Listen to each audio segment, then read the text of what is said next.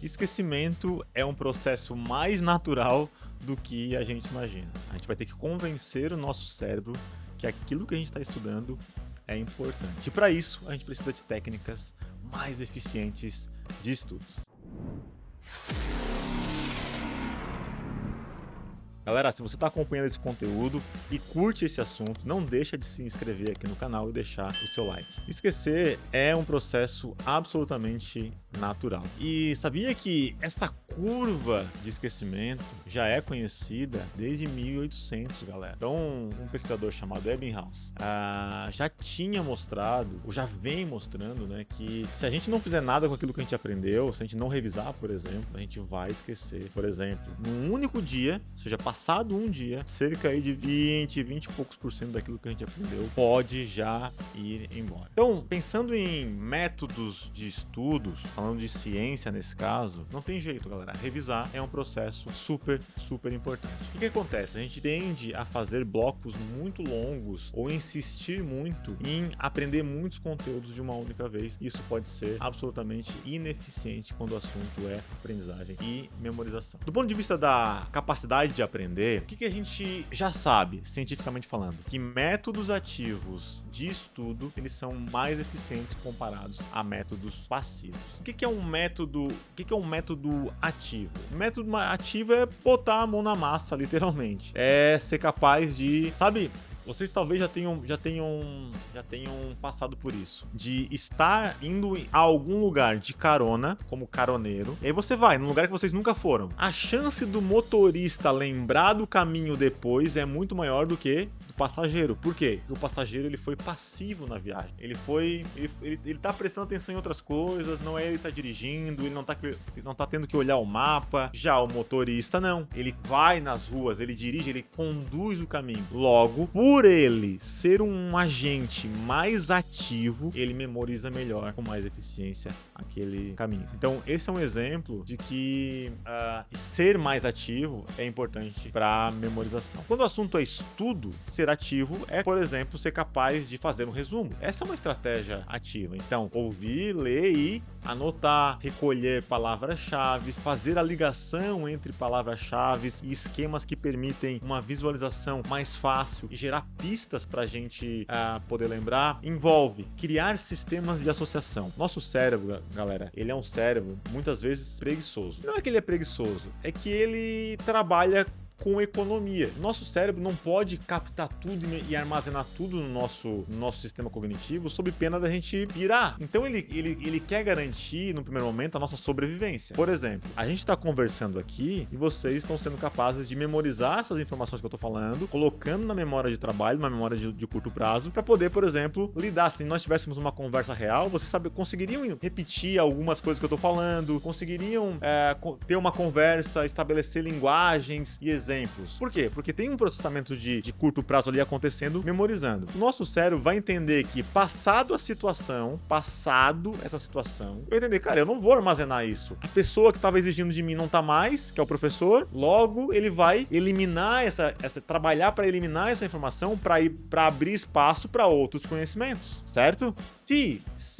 Olha só, se o que nós estamos fazendo aqui não representar uma ameaça, uma situação muito estressante ou emocionalmente impactante, a chance de eu esquecer é ainda maior, porque o nosso cérebro identifica estresses e ameaças como forma de prever o que vai acontecer no futuro. Claro, se eu tô numa selva e eu encontro um leão e o leão me persegue, corre atrás de mim, vocês acham que eu vou armazenar essa memória? O que vocês acham? É óbvio que eu vou armazenar essa memória. Por quê? Porque isso representa um perigo real, né? Implica na vida. Então, se eu perceber os mesmos sinais, automaticamente eu já vou trabalhar para fugir, para correr e assim por diante. Então, esse cérebro que ele é econômico, eu chamo ele de preguiçoso, mas ele não é preguiçoso, ele é econômico, na verdade. Ele precisa ser convencido de que aquilo vale a pena. E para ser convencido que aquilo vale a pena, a gente tem que botar mais a mão na massa, mexer mais com aquilo, sabe? É como um pão. Vocês são mais jovens, né? Provavelmente vocês são mais jovens que eu. Mas você deve conhecer o processo de pães caseiros, né? Então, num pão caseiro, muitas vezes tem que trabalhar a massa, né? Tem que sovar, que a gente chama a massa. Pra quê? Pra que o pão cresça. Olha como sovar a massa é um método ativo. Então, a gente tem que sair desse método passivo de só ouvir, escutar, para um método mais ativo de estudo. Então eu dei alguns exemplos como revisão, eu dei um exemplo como palavras, nuvens de palavras, né? Trazer palavras-chave e organizar, mapas mentais, ou seja, fazer a ligação entre os pontos, são todas formas de criar métodos ativos. Mas tem uma coisa que a ciência mostra que é assim fundamental para memorização, que é esforços atencionais de tentar lembrar imediatamente após estudar. O que é isso? Eu li uma coisa, eu estudei um conceito, por exemplo, é eu parar, colocar o material de lado e tentar fazer um esforço elaborativo de tentar imaginar, lembrar daquilo que isso ajuda muito, galera. Ajuda muito a memorizar. Obviamente, né, que colocar-se em prova, em teste, também é uma forma de aprender e de estudar. Então, o teste é tipo um leão, né? É tipo lá gera uma situação de estresse maior, força a gente buscar conexões, isso também ajuda na memorização.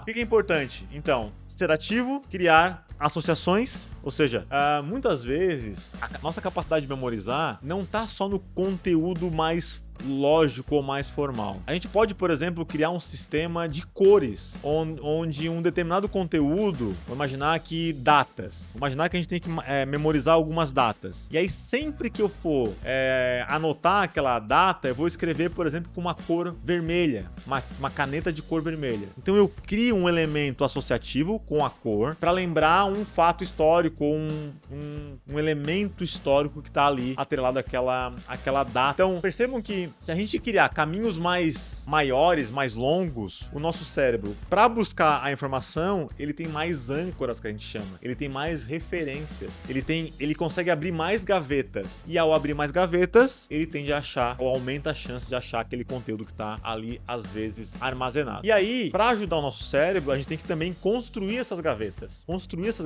Então, o nosso cérebro não sabe que categoria cada conhecimento ele pertence. Então, essas gavetas podem ser visualmente organizadas. Então, sabe aquelas imagens assim de pessoas que usam várias listas de post-its, aquelas quadradinhos que você cola, e aí tem uma coluna ali amarela que ali tá todo o conhecimento de uma matriz, na outra cor tem outro, na outra cor. O que a gente tá fazendo ali? Organizando as nossas gavetas, ajudando o cérebro a ser um pouco mais organizado. E para acabar, que é o método mais infalível, assim, mais uma novidade tô brincando, tá? Tô sendo irônico, que é bunda na cadeira, galera. Repetição. Então, o nosso cérebro, para aprender, ele vai precisar entender que há um esforço deliberado para estudar. Então, a repetição é também um aspecto importante para a gente aprender e estudar de forma mais eficiente. Então, esquecimento, a curva do esquecimento é um processo natural que vai acontecer se a gente não implementar técnicas mais ativas e garantir a revisão e não deixar que essa revisão ela aconteça muito lá pra frente. Galera, se você curtiu esse conteúdo, não deixa de se inscrever no canal, deixa o seu like, continua acompanhando os próximos vídeos. A gente se encontra na próxima. Valeu!